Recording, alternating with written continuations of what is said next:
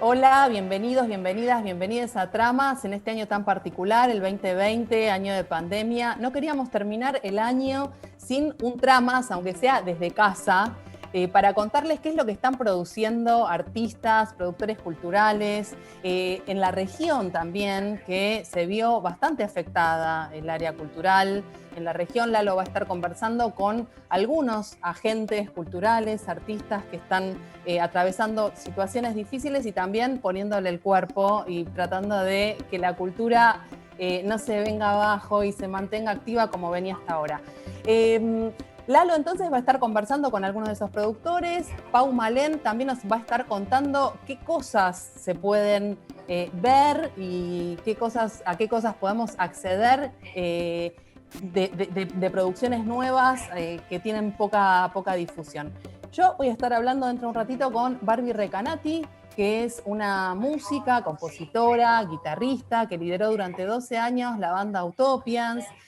También tiene una carrera solista, editó un EP y un disco que editó este año, que está nominado al Latin Grammy como mejor álbum de música alternativa. Con Futurock tiene un podcast que se llama Mostras del Rock, un podcast de 7 capítulos que cuenta la historia de las mujeres en el rock. Tiene distintos formatos esta serie. Una columna radial, participa en radio. Estamos muy contentos y contentas de recibirte. Hola, Barbie. ¿Cómo están? ¿Todo bien? Todo bien. En general, bueno, esto, como estás bastante activa en el contexto de la pandemia, por todo lo que venimos contando, la pandemia digamos, se piensa muchas veces como un momento de pausa, pero también como un momento de oportunidades y pensar algunas alternativas. ¿Cómo te encontró a vos este momento, este 2020? Justo fue un año donde yo ya hace un par de años, como mi carrera solista, la empecé a encarar como muy distinta a cómo trabajaba con Utopians, donde la música era mi vida. Un montón de cosas se modificaron en mi vida personal que no pude controlar, que hicieron que eso no sea más mi vida, como la maternidad, ponele. Claro. Entonces todo se fue acomodando de una forma donde empecé a disfrutar mucho más de hacer música, poniéndolo en un lugar que sea 100% de placer y como, y como mi salida personal artística y no tanto como algo laboral. Ujú. Irónicamente, eso le hizo mucho mejor a mi música y las canciones les van mucho mejor que en cualquier otro momento, pero yo trato de despegarme lo más que pueda de la parte como capitalista de la música. Ujú. Entonces, trato de encontrar otros espacios donde no solamente donde decir, bueno, a ver cómo hago para pagar las cuentas, cómo llego a fin de mes, sino también otros espacios para, para en algún punto desprenderme creativamente, ¿no? Entonces, qué sé yo, el podcast o el sello o la radio, son lugares donde empiezo a hacer un montón de cosas que tienen que ver todas con música, pero no con Claro, escribir canciones. Y, exacto. y eso me empezó a hacer re bien y le empezó a hacer bien también a las canciones y empecé como a estar mucho más creativa en lo mío y me di cuenta que había un montón de cosas que me hacían felices y que estaban buenas hacer, más allá de escribir canciones, que era lo que había hecho durante 12 años. Y en el medio de todo ese proceso, en el 2020 decidí aceptar un montón de proyectos laborales que implicaban tocar menos. Pero yo estaba sacando un disco y estaba por salir de gira y estaba de hecho en otro país y estaba por presentar el disco en vivo. Entonces era raro porque había aceptado esas propuestas de trabajo que contradecían por completo el proyecto que había armado para el 2020. Pero lo hice igual y dije, bueno, no sé, veré. Y de repente una pandemia me Pandemia. obligó a tener Te que. estabas preparando. Sí, estaba preparándome para la pandemia y no lo sabía. Entonces, como que me obligó a tener que poner en pausa todos mis proyectos musicales, la gira, la presentación del disco, todo, y a concentrarme 100% en todos los proyectos paralelos que había empezado, que son lo que vengo haciendo desde marzo. Y, y la verdad es que personalmente a mí me hizo. Es raro decir me hizo muy bien, porque es un Claro. espanto este momento, pero Bueno, pero es la ambivalencia de la situación también, ¿no? Esto de qué se activa y qué se pone en pausa. Sí, y también como personalmente, creo que hay personas que estaban en un momento de la vida donde la pandemia los obligó a tener que parar con todo lo que aman, y hay personas como yo que más allá de que lo que más amo en la vida es tocar en vivo y me quiero morir y me tuve que venir en un avión a un aislamiento obligatorio desde otro país y suspender un montón de fechas y giras y todo, más allá de eso, eh, a mí me está dejando una enseñanza de tener que eh, rever un par de conductas mías Mm. y un par de, no sé, de situaciones que, digo, ¿cómo puede ser que me haga tan bien sacarme de encima la presión social por una pandemia? Podría tener que hacerlo sin la pandemia. Y como Claro, esos empezás a aprendizajes. sentir cosas que decís, uy, qué bien que me está haciendo no ver a estas personas. Y decís, bueno, pero en lugar de buscar una pandemia mundial, la próxima, fíjate con quién te juntás, ¿viste? Claro, Ese se tipo de reorganizan las cosas. distancias. En relación con esto, ¿no? De cómo se reorganizan a veces las distancias, los tiempos. Yo pensaba en los nombres de los discos, ¿no? Teoría espacial, ubicación en tiempo real, la cuestión de las coordenadas espaciotemporales. Sí, Me parecía que jugaban un poco. sí, la verdad que sí, sí, sí, sí, hay algo de dónde estás, cómo estás, en qué momento estás. Ujú. Pero sí, sí, igual son dos títulos que los nombrás juntos y dan como un aire, pero no sé, vienen de lugares re distintos, historias re distintas. Bueno, es muy rabioso, ¿no? Teoría espacial. Digo, tiene como algo más, un tono bastante distinto del Sí, de... teoría espacial yo creo que como que era la transición entre Utopians y las canciones que yo tenía ganas de hacer, pero todavía no estaba haciendo. Claro. Entonces, como, de hecho, lo más importante, la diferencia más grande es que cuando yo hice teoría espacial lo hice con un formato muy similar al de Utopian, guitarra, bajo, batería, inclusive Ujú. todavía tocaba con Marito, que era el bajista de Utopians, y ya cuando hice ubicación en tiempo real, lo hice con Lux en sintetizadores, bueno, con Mm, Marilina en el bajo. mm. Tommy y Juan, que son guitarrista y baterista, tomaron como un lugar de productores. Hicimos todo como cero guitarra eléctrica, bajo, batería, sino todo mucho más como lo empezamos a hacer desde los sintetizadores y lugares un poco más espaciales y muy, muy distinto al EP. Claro. Que La se hizo participación de Paula Trama, no sé, hay algo ahí también, ¿no? Con Paula medio Trama que virus. estuvo cantando los días que no está así, ni hablar. Claro. Muy, muy lindo. Otra cuestión que me parecía que, bueno, en la serie Sirenas del Rock, decís en un momento, en una entrevista, la serie de Encuentro, eh, que, digamos, las mujeres que tienen cierta visibilidad, se tienen que hacer cargo de ese lugar que tienen y abrir puertas o habilitar porque detrás de ellas hay miles, ¿no? Y entonces, en relación con eso, te quería preguntar por el sello Goza Records, digamos, cómo fue que se armó, eh, digamos, qué fue lo que buscaron y cómo lo continúan. Y Goza empezó como un proyecto, eh, como en algún punto, creo que a mí me pasaba que tenía un montón de ganas de seguir tocando, pero ya no tenía más ganas de tocar en los espacios donde tocaba, con las bandas que tocaba, en los Ujú, festivales que tocaba.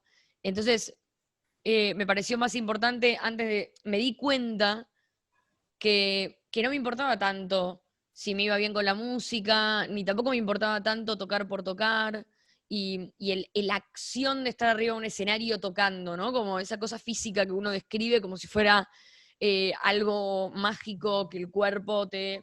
Y uno puede poéticamente ponerlo en ese lugar, pero si las personas que están arriba del escenario mirándote al costado son unos sexistas que te están diciendo cosas horribles, si el productor te maltrató antes de subir a tocar, y el público te está chiflando y toda esa magia que vos planteás es medio falsa. Entonces claro, el contexto en el que vos te movés como artista es muy importante.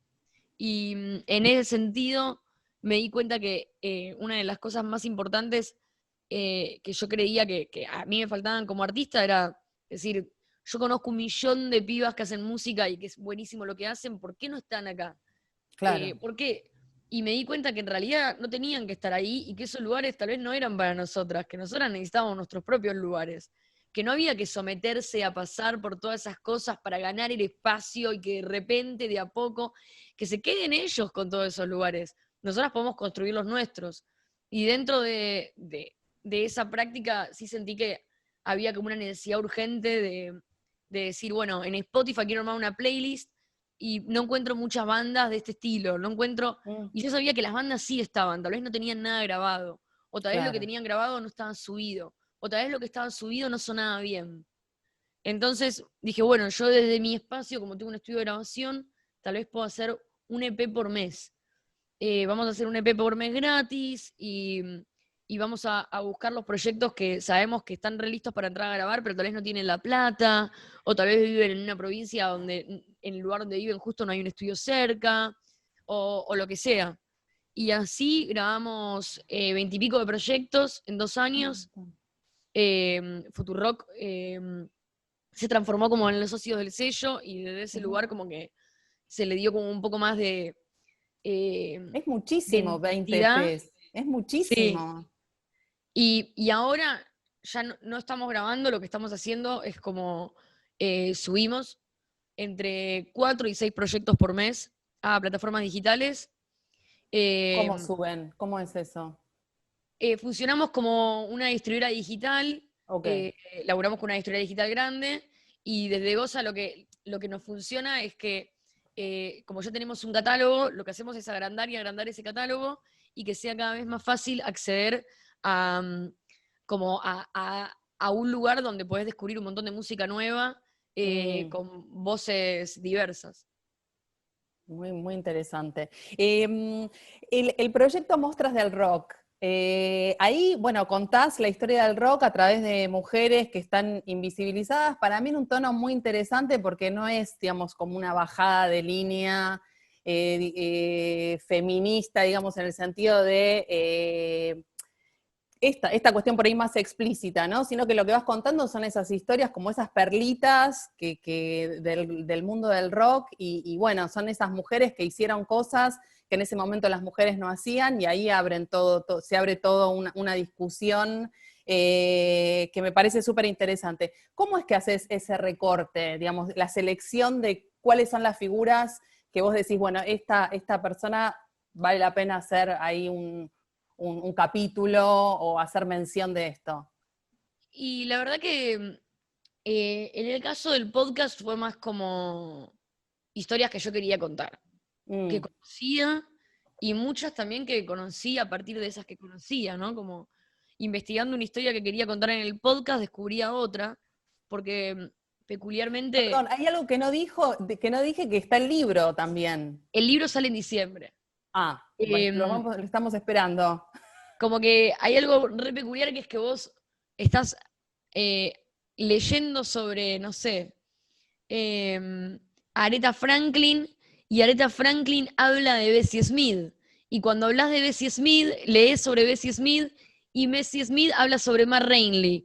Como que yo Se va empecé a armando una descubrir a red. un montón de mujeres y artistas a través de otras. Eh, Mm, y me di cuenta que la razón por la que no conocía a esas artistas era porque había leído demasiadas biografías de chabones. Entonces, ahí me empecé como a enterar de un montón de cosas que yo no conocía.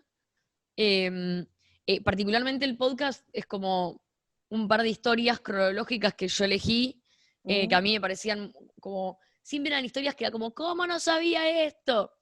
El libro, en cambio, es un poco más complejo porque son como 50 historias Ah, de mucho más. 1920 a 1990.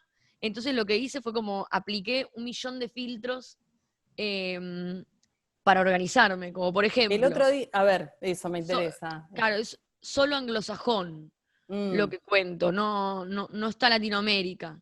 mm, Después termina en 1990, porque para mí después vino la explosión de Internet y creo que ahí hay una democratización de la información eh, que entra como en otra circulación distinta a la información que estoy manejando yo. claro. Después, son todas historias que si no hubieran sucedido, la música que yo, Barbie Recanati, escucho, no existiría. Entonces, ahí es una deconstrucción en algún punto de mi propio ADN musical. Y eso es re personal. Entonces, tal vez hay otra persona que tiene otro ADN musical y dice, pero ¿cómo puede ser que no esté en esta historia Cyndi Lauper? Y Claro. bueno, tal vez Cyndi Lauper no entró dentro de las historias que yo estaba buscando o que a mí me impactaron. Es como, lo primero que digo de Mostras del Rock es que no es una investigación periodística, es un relato personal de, de una chica que cuando era adolescente era una música muy, muy, muy melómana y que un día se encontró con que había un montón de información que no tenía que era muy sospechoso. Yo tipo Claro. vendía vinilos en Parque Rivadavia, coleccionaba discos, me compraba los discos y estudiaba a los productores, me leía los libros. Entonces, para mí fue re violento darme cuenta que había tantas cosas que no sabía. Porque no es que sabía un par de datos, era como que yo era re nerd de la música y de repente no sabía nada. Y, Claro. y creo que de ahí vino. Bueno, eso es un gran aporte el que estás haciendo, digamos, contando estas historias, digamos, y además me parece que, bueno, al menos en la columna semanal, que es la oportunidad también para incluir otras discusiones. El otro día con respecto a Bárbara Lynn decías, bueno, las mujeres no se comían la ambición de la industria del rock, ¿no? Que estaba presente. Como, bueno, esas otras cosas que van apareciendo también son súper interesantes. Sí, ni hablar. A mí, para mí eso, ponerle O es la un maternidad. hallazgo, como, claro, para mí eso es un hallazgo re nuevo, ponerle, que me Mm, apareció con el libro, que mm, fue darme cuenta que la mayoría de los hechos más significantes en el rock con respecto a la innovación o a lo político venía de la mano de artistas mujeres, lesbianas, trans. ¿Y por qué? Porque no les importaba perder. claro, Estaban ahí como trascendiendo desde otro lugar. Entonces, claro, ¿quién se animó a hacer un disco de Bach en sintetizadores cuando los sintetizadores todavía no existían? Wendy Carlos, una mujer trans. ¿Me entendés? ¿O claro. quién se animó a agarrar toda la plata que tenía e invertirla en girar por toda Latinoamérica en plena dictadura de todos los países y tocar gratis en todos los lugares que podía canciones de protesta de Violeta Parra? Joan Baez, no lo hizo Bob Dylan, lo hizo Joan Claro. Baez.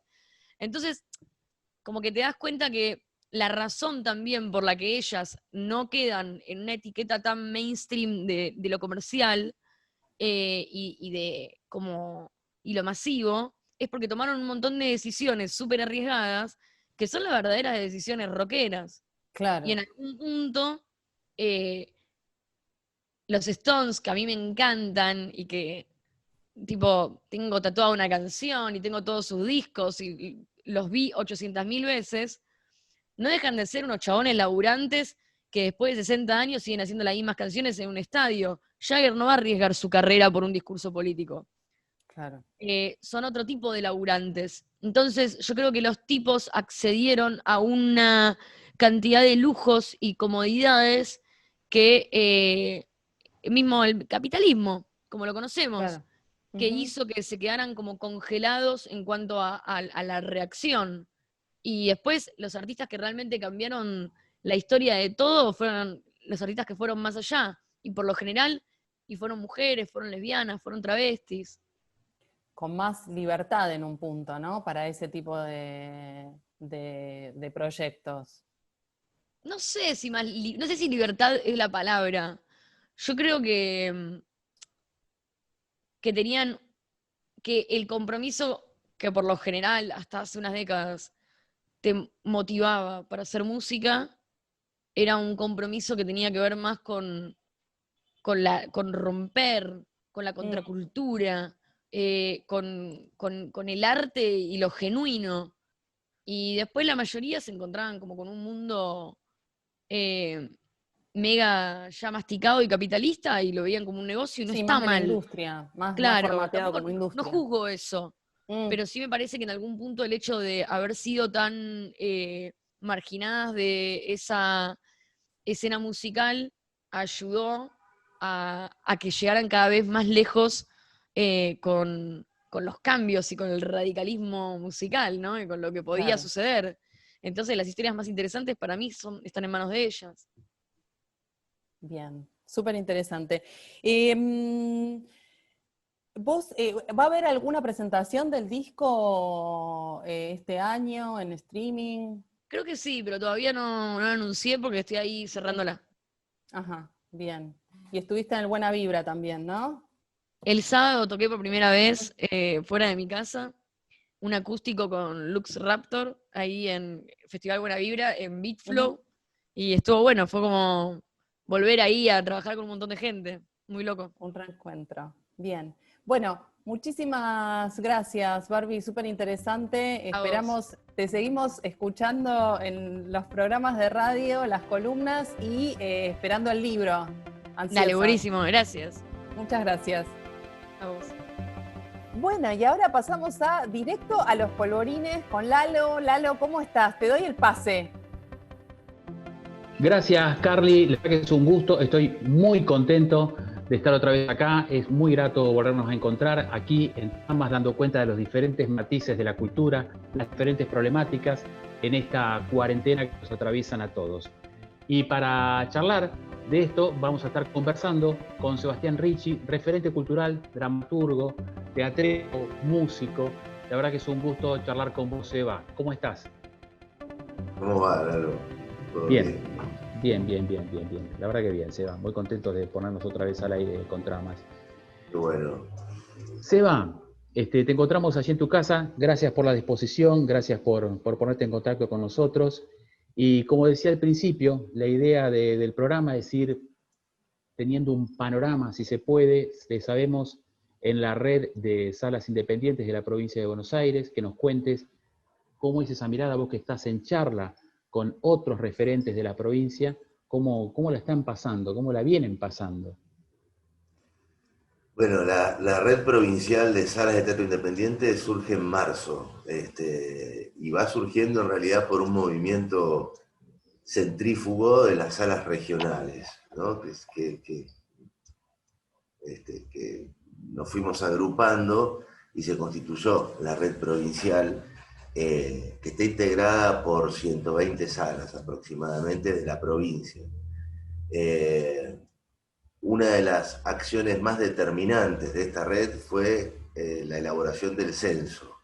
Se hizo un censo muy detallado y muy minucioso del estado de estas salas, no solo de cantidad de integrantes, sino también toda la parte económica y, sobre todo, cuántas de estas salas reciben aportes del Estado, cuántas no, cuántas están habilitadas, cuántas no, más allá de los funcionamientos propios de cada una de ellas, ¿no?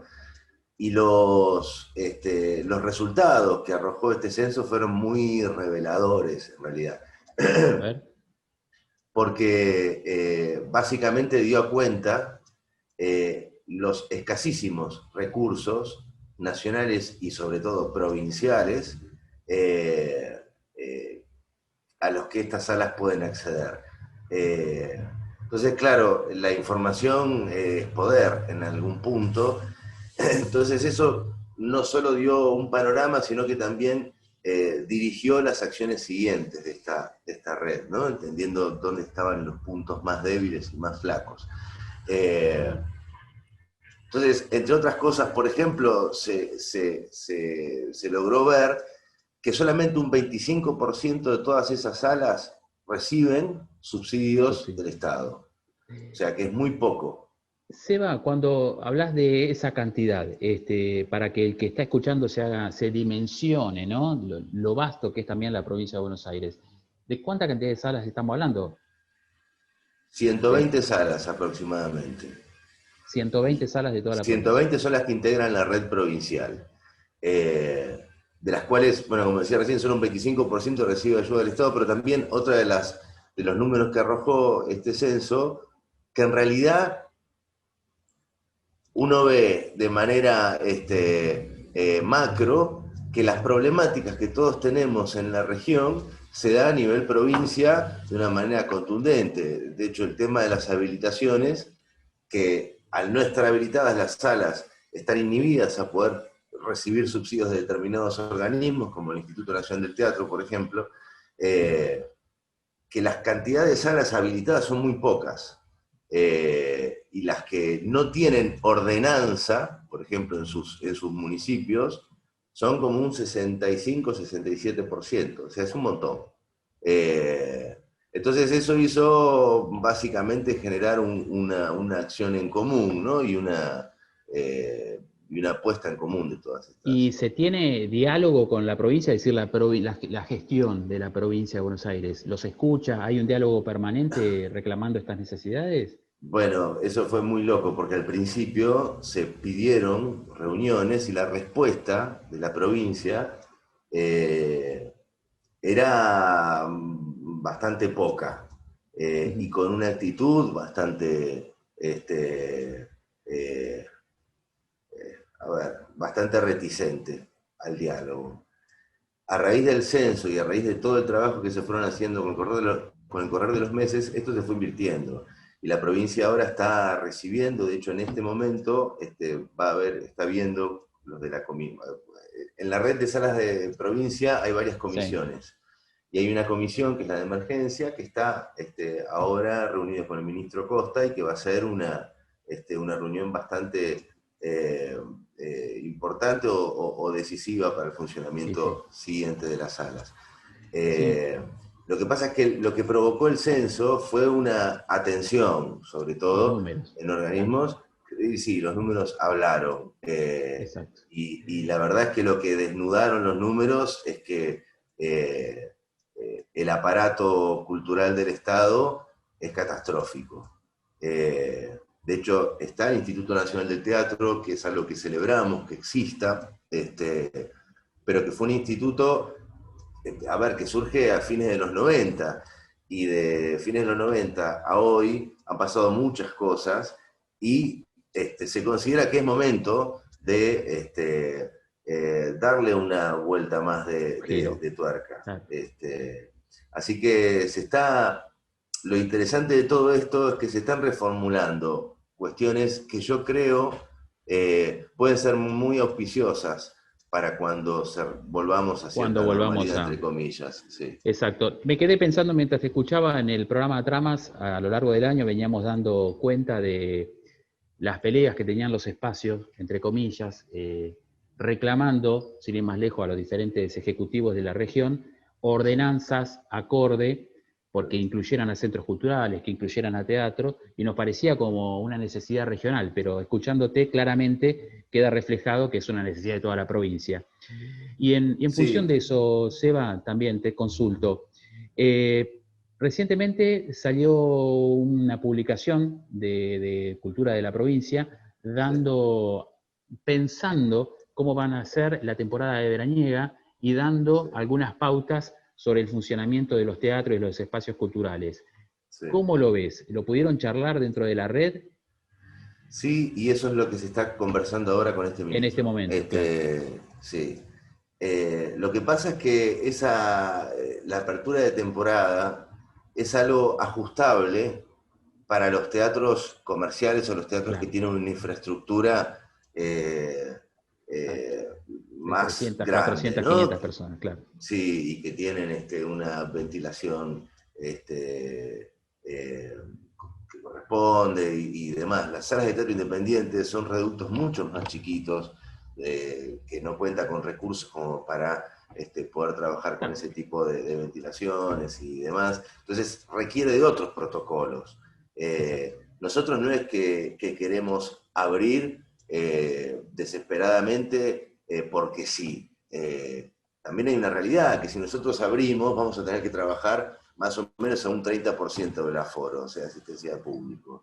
Y sí, hasta acá las salas en un periodo normal les costaba llegar a fin de mes, con un 30% es imposible. Entonces, seguimos necesitando que se estructure desde el Estado un aparato cultural que pueda dar soporte a todas estas salas. Por eso también, hablando de la red provincial, así como las redes regionales fueron creciendo hasta constituir una red provincial, ahora, hace 2 semanas, quedó constituido la Federación Nacional A de nivel Salas de nacional. Teatro Independiente. Sí. De manera que es muy grande lo que está pasando en niveles de encuentro y de gestión. Sí, hay veces como me quedo pensando, ¿no? Hay veces que parece que tiene que pasar una crisis enorme como la actual para que Sí. nos conformemos como red, nos conformemos como cooperativas. Y en ese sentido te traigo hacia aquí, te traigo hacia la región, para que nos cuentes un poquito. Hay diferentes ejemplos, la red de músicos del noroeste, pero también se ha conformado la red de espacios culturales de San Miguel. Sabemos que en Malvinas hay una, en Moreno estaba incipiente también del año pasado una conformación de artistas y trabajadores. En Tramas dimos cuenta de varios hechos, como fue la marcha en defensa de los espacios culturales y de los artistas, una perfo que se hizo en Plaza San Miguel, pero contanos hoy cómo es la realidad y en qué está la red de espacios culturales de San Miguel. Bueno, la red, contarte esto a vos es un poco raro porque vos formás Sí, parte, sí, pero vamos, pero atendemos los roles, entrevistador. exactamente. Acá me Este, toca entrevistador, perdón. La red de acá, de San Miguel, la REC SM, se formó en diciembre, en principio con la finalidad de articularnos para pensar acciones conjuntas, como ciclos, festivales, corredores, demás. A raíz de la pandemia nos afianzamos en ese encuentro, en principio, para tratar de buscar soluciones a esta situación inmediata, crítica de los espacios, pero eso también nos llevó a un replanteo más nuclear, que pudimos ver que si superamos esta crisis, pasado esto, vamos a volver a lo mismo. Y ya estamos cansados de volver a lo mismo, y lo mismo es que no existen políticas culturales en este municipio, como en muchos otros, como decíamos recién, digamos, no es tampoco para puntualizarlo. Pero hace muchos años que venimos pidiendo determinadas cuestiones que nos den, insisto, soporte para que los espacios no caigan a la mínima crisis que hay. De manera que lo que la red propuso desde el primer momento al municipio no solo fue una voluntad de trabajo colectivo y articulado entre los trabajadores independientes y el municipio, tratando de llevarle al municipio lo que más y mejor sabemos hacer, que es la gestión. Digamos, nosotros de los espacios independientes, al no tener recursos económicos fuertes, estamos muy acostumbrados a la gestión para poder multiplicar lo poco o mucho que tenemos. Entonces, esa gestión nosotros podemos aportarla al municipio para tratar de rearmar las bases del aparato cultural municipal, que esa es la propuesta general. Pero no es generar un cambio en la gestión cultural. Es más nuclear, es generar un cambio cultural en la gestión cultural. Es una forma de concepción desde qué lugar el municipio propone y gestiona cultura. Es un reduccionismo decir que lo que estamos reclamándole al municipio es guita. Nosotros no queremos guita. En este momento necesitamos para poder salir de estos 10 meses de parate. Pero si solo fuera guita lo que estamos pidiendo, cuando pase esto, o cambie el municipio, o lo que sea, vamos a volver a la misma. Entonces lo que estamos pidiendo básicamente es gestión, más que dinero. Que el municipio pueda trabajar con los elementos culturales que nos rodean, con los organismos culturales que nos rodean, y que los ponga, digamos, en la preparación, en el plato de la gestión. Digo, este municipio, por ejemplo, desconocía el Instituto Nacional del Teatro, el Consejo Provincial de Teatro Independiente, desconocía organismos que, si los visibilizaran y los articularan, facilitarían incluso la propia gestión. Y ahí ganamos todos. Gana el municipio en gestión, ganamos nosotros en beneficios. Hay veces que la Nación, con el Instituto Nacional de Teatro, diferentes Institutos Nacional de la Música, ¿no? Hicieran muchos pasos hacia adelante en lo que se refiere a marcos legal, regulatorios y demás, en cuanto a derechos, ni más lejos, Sí, provinciales también, y luego los municipios como que van detrás, ¿no? Bueno, debería ser así, pero no con tanto tiempo, ¿no? No con tanto tiempo entre, entre la creación de los institutos y gestionar en ese sentido. ¿Cómo te imaginas? Esto es una pregunta personal, si querés, utópica, pero a sabiendas de la rica cultura que tenemos en nuestra región, a veces desaprovechada por estas no gestiones de los diferentes ejecutivos.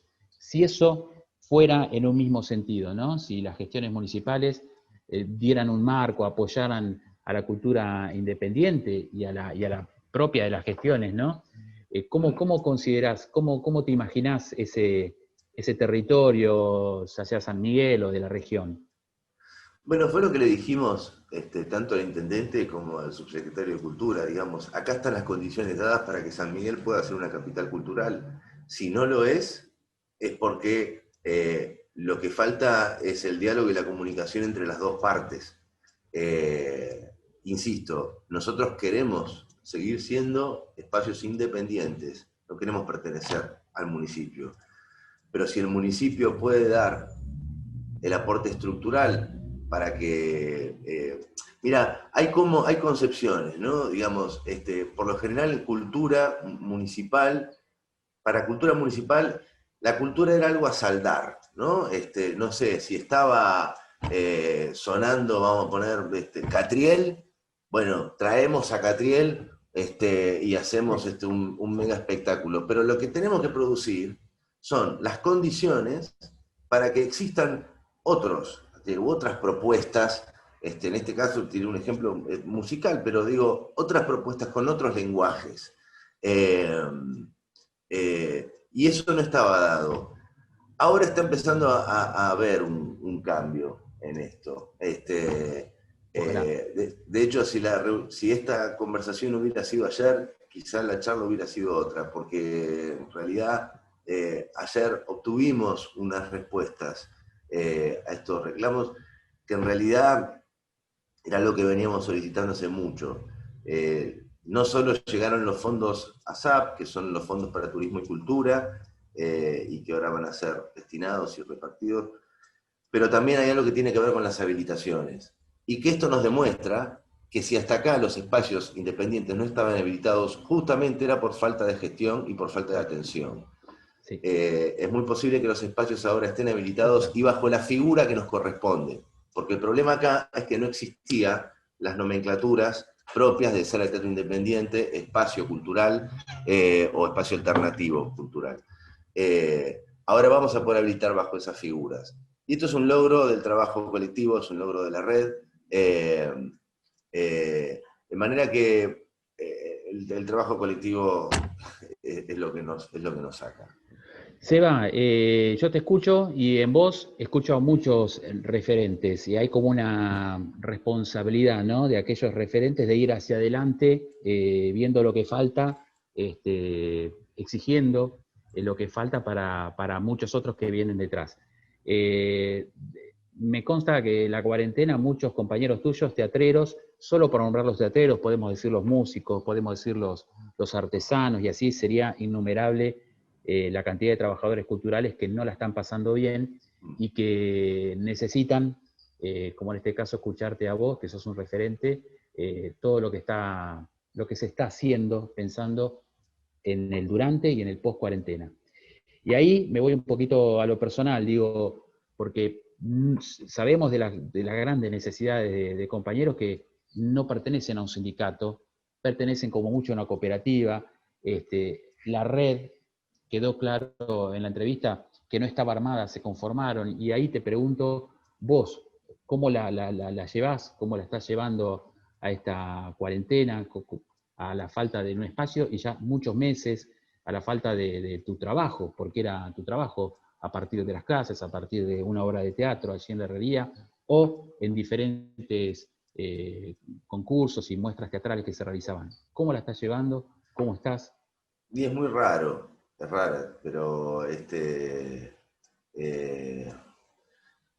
no sé, es raro este parate que estamos teniendo, pero como te decía antes, creo que la cultura, y a saber por las redes que se van armando y por todo esto que se está generando, está en boxes en este momento, y que creo que cuando reabra todo esto,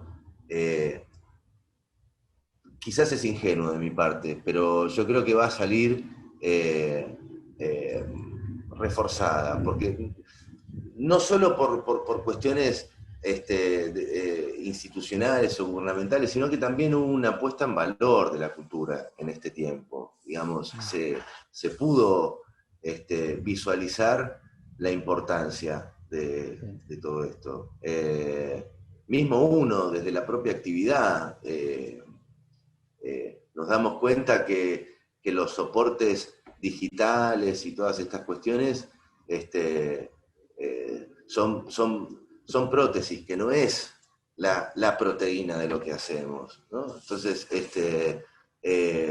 pero a su vez nos colaboran y nos permiten poder estar conversando con redes de Córdoba o redes de Mendoza o lo que fuera, para gestionar esto que está viniendo. La reunión que tuvimos ayer con el municipio de San Miguel fue un gran logro, que va a aparecer ahora seguramente un montón de letra chica, ¿no? A medida vayamos avanzando con las habilitaciones y todo eso. Pero en principio fue el resultado de la suma de fuerzas, y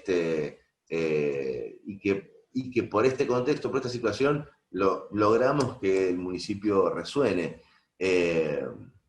Pero en realidad no estamos planteando nada loquísimo. Lo que estamos planteando básicamente es que se tengan en cuenta el capital que hay. Mirá, cuando íbamos, me acuerdo de la gestión de Sabatella en Morón, cuando era intendente Morón, y por ahí en Morón te llamaban para hacer función, era una celebración, porque vos sabías que llegabas al Teatro Municipal de Morón y que desde el detalle más mínimo, como que el camarín esté limpio y te recibían con termo de café, agua y unos bizcochos, hasta cuando tenías que hacer la puesta de luces en una parrilla muy completa y con gente capacitada para optimizar ese recurso, la sala llena, porque eran actividades gratuitas, y después esa función la cobrabas por cachet a través de la Asociación Argentina de Actores, previo depósito de argentores. De manera que en ese momento Era redondo, claro. Era redondo. Todo lo que tenía que estar en juego estaba articulado. Y no es una locura, digamos, es básicamente que las cosas estén en su lugar, donde tienen que estar en la gestión. Entonces, eso en algún momento se pudo, digo, y se tiene que poder hacer extensivo. El Instituto Nacional del Teatro tiene que poder llegar a todas las salas y no solamente un 25% de las salas. El Consejo Provincial de Teatro Independiente, lo mismo, tiene que incrementar los recursos. La provincia, solamente en todas las salas de la provincia, un 5% recibe de recursos de provincia. O sea, es muy poco. Nada, yo creo que esto hace que el árbol se sacuda y que vaya cayendo lo que... Claro. Seba, nada, yo te escucho hablar y se me vienen imágenes de un director reconocido cuando pasó por acá por el Multi y habló del teatro y lo importante que era. El teatro simbolizaba el fuego en la caverna, así que va con nosotros en nuestro ADN. Y la falta que hace. Yo me quedo pensando mucho en el trabajo que va a hacer después, encontrarse con el otro, abrazarse con el otro. Creo que allí, amén de las disposiciones de salud, creo que nos espera un enorme trabajo por delante para recuperar la confianza y el abrazo con el otro que tan necesario es para el teatro, para la danza y para un montón de expresiones culturales. Seba, no sé si quedó algo pendiente que quieras decirnos, pero me parece que abarcamos todos los temas. Sí, seguramente quedaron cosas, pero no se me viene a la cabeza ahora, pero nada, que fortalezcamos la acción colectiva, En cuanto a nuestra región, podemos, si levantamos la cabeza y realmente optimizamos lo que tenemos, culturalmente podemos hacer una diferencia. Así que vamos hacia eso. Pero insisto, el cambio que necesitamos es un cambio en la concepción de la utilización de los recursos, un cambio en la concepción de la relación entre los espacios independientes y el Estado también. Seba, muchísimas gracias. A seguir con ese empuje, con esas ganas. Sos muy necesario. Muchas gracias. Gracias, Lalo. Gracias, Seba. Bueno, ahí terminábamos con Seba Ricci. Espero, completita la charla, espero que les haya servido a todos, a todos. Vamos a un barrido, volvemos con Carla y luego con Pau Malen, que nos va a traer un montón de información y para seguir en esta cuarentena viendo online algunas ofertas culturales. Súper interesante la entrevista, Lalo. ¿Cómo estás tanto tiempo? Carly, Pauli, ¿cómo andan? ¿Cómo están? Qué lindo verles. Hola, Pau. Qué linda estás. Hola, qué lindo verles. Cambiada con la pandemia, Pau. Estoy especial para esta nueva edición de Tramas 2020 porque les traigo una recomendación espectacular. Siempre estamos esperando tus recomendaciones que son tan así como de lo que hay que ver ahora. Yo me pongo cámaras, yo me pongo máscaras analógicas, mirá. Me encanta.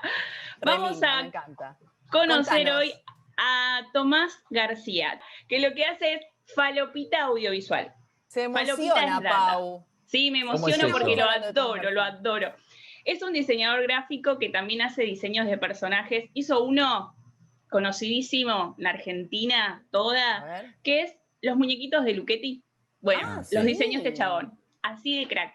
Estuvo también en dirección de arte de Filonews y le recopa, pero zarpadamente, todo lo que es realidad virtual, realidad aumentada, 3D. Y no solo eso. El chabón hace una divulgación de las herramientas y conceptos para la creación audiovisual. Ajá. Es ¿Y eso por qué? ¿Desde cuándo lo hace? Él tiene un canal de YouTube donde ahí desarrolla un montón de conceptos de la estética audiovisual, los colores, todo, y siempre está atravesado por la poesía, el diseño, la educación, la tecnología y la comedia. Es un grosso total. Capo. Sí, genial. Lo pueden encontrar en Instagram como Tomás García, lo pueden encontrar en YouTube, en su canal de YouTube, y eso sí, les advierto, van a empezar a ver un video y van a seguir con otro, y van a seguir con otro, así que les recomiendo no tener tareas pendientes cuando vean el canal de Tomás García, y también en Twitch, que está buenísima la interacción que hay en Twitch, porque se habla directamente con Le Publique, y también está preparando cursos. Muy bueno, quiero ver ya esa falopa visual. Sí, y tenemos un videíto porque le preguntamos específicamente qué le llevó a transmitir esos conocimientos. Se los presento. Dale, buenísimo. Hola, gente de Tramas.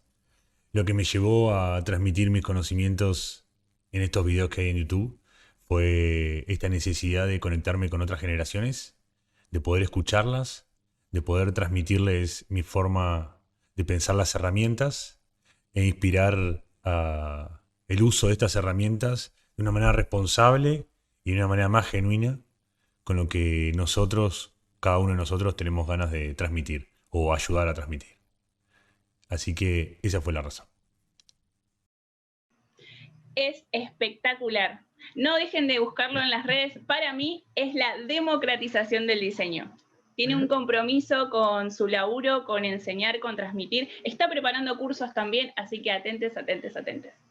A buscar a Tomás García, entonces. Muchas gracias, Pau. Qué programa, ¿eh? Con gente súper interesante. Trajimos muy lindo, hoy, muy comprometida. Muy lindo. Seba Ricci comentando la realidad de los centros culturales a nivel provincial y aquí en la región, las dificultades que hay. Tu entrevista con Barbie Recanati también, que es una persona con mucha ética, que admiramos mucho, nos inspira. Vamos a cruzar los dedos el 19 de noviembre, que es la entrega de los Grammy Latinos, y esperamos con ansias el libro Mostras del Rock en diciembre. Nos vemos el próximo domingo a las 19 horas. Se les quiere mucho. Chao.